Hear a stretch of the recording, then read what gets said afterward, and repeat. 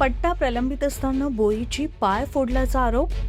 ग्रामपंचायत पुढाऱ्यांविरोधात लांडगे कुटुंब आक्रमक. न्याय न मिळाल्यास बेमुदत उपोषणाचा इशारा. भंडारा जिल्ह्यातील साकोली तालुक्यातील परसोड येथील पुनर्वसित पोवाड टोलीमध्ये जमीन आणि छोटा तलाव या संदर्भातील गंभीर वाद समोर आला. लांडगे कुटुंबानं ग्रामपंचायत परसोडीतील काही पदाधिकाऱ्यांवर पदाचा गैरवापर करून त्यांच्या ताब्यातील बोईची पाय फोडून पाणी बाहेर सोडल्याचा गंभीर आरोप केला. या बोईतील पाण्यावर शेती अवलंबून असल्यानं मोठं नुकसान होण्याची भीती त्यांनी व्यक्त केली आहे. लांडगे कुटुंबांच्या म्हणण्यानुसार गट क्रमांक 147 मधील सुमारे 16 हेक्टर क्षेत्रामध्ये पुनर्वसित कुटुंब वास्तव्यास आहेत. त्यांच्या ताब्यातील जमिनीच्या पट्ट्यासाठी जिल्हाधिकाऱ्यांकडे प्रस्ताव प्रलंबित असतानाच अनेक वर्षापासून शेतीसाठी वापरत असलेली बोई फोडण्यात आली. प्रशासनाची दिशाभूल करून ही कारवाई करण्यात आल्याचा आरोप करत त्यांनी या प्रकरणाची तातडीने चौकशी करून दोषींवर कारवाईची मागणी केली आहे.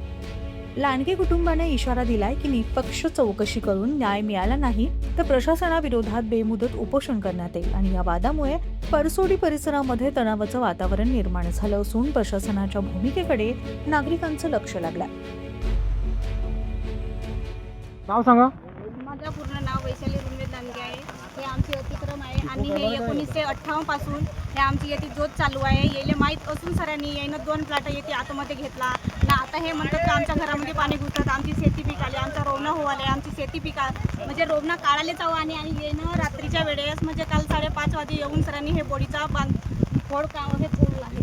हे बोडी काल येऊन सरांनी उपसरपंच प्रशांत कापगते, नाना रोपलाल रिनायतकर आणि पिंटू पटले, शालिक आसटकर हे सर्व मिळून आणि हे पूर्ण पोवा टोली मिळून सरांनी हे पार्य फोडला. जागा तुमच्या मालकीची आहे का? 1958 पासून आहे. 147 गट क्रमांक हा तिथपर्यंत खुला आहे आणि याच्यानं आम्ही नाही का 19 माझ्या सासऱ्याच्या राजापासून आम्ही जेव्हा फारेटचा होता तेव्हापासूनच आम्ही नाही का हा बोडीच्या पाण्यानं आमची नाही का शेती पिकत आहे. याला माहीत असून सुद्धा येणं हा असा राजकारण केलं. काय मागणी काय आता तुमची? आमची मागणी अशीच आहे का हा पाणी आमचा वावर पिकते आणि हा पाणी असाच राहील. तिकडून सोडून यायला प्लॉट दिलेले आहेत. बरं. आणि हा बोडीचा पाणी यायच्या काही घरही दारात जाऊन नाही राहिला. हे बरं. तुम्हाला दिसत आहे. पाणी कोण्या बाजूला आहे, यायचे घरं कोण्या बाजूला आहेत हे दिसत आहेत का? दिसत ना तुम्हाला? तर हे जाणून बुजून हे माझ्या बोडीची खाण फोडत आहे. आता नेमकी अडचण काय आहे? अडचण म्हणजे ह्या बोडीची खाण फोडल्या नाही पाहिजे. बरं, खाण जर फोडली तर काय नुकसान काय होणार? किती नुकसान होईल? माझ्या समजा पाणी गेला तर माझी धान पिकल का? म्हणजे नुकसान कसं होऊ शकतं? कदाचित धान पाणी जरी नाही आला तरी धान माझा मरल ना. आता काय मागणी काय? मागणी म्हणजे हा पाणी व्यवस्थित राहिले पाहिजे, यायला खाण फोडलं नाही पाहिजे. माझं नाव तुळशीदास पटले. अच्छा. मी इथला स्थानिक रहिवासी आहे. अच्छा.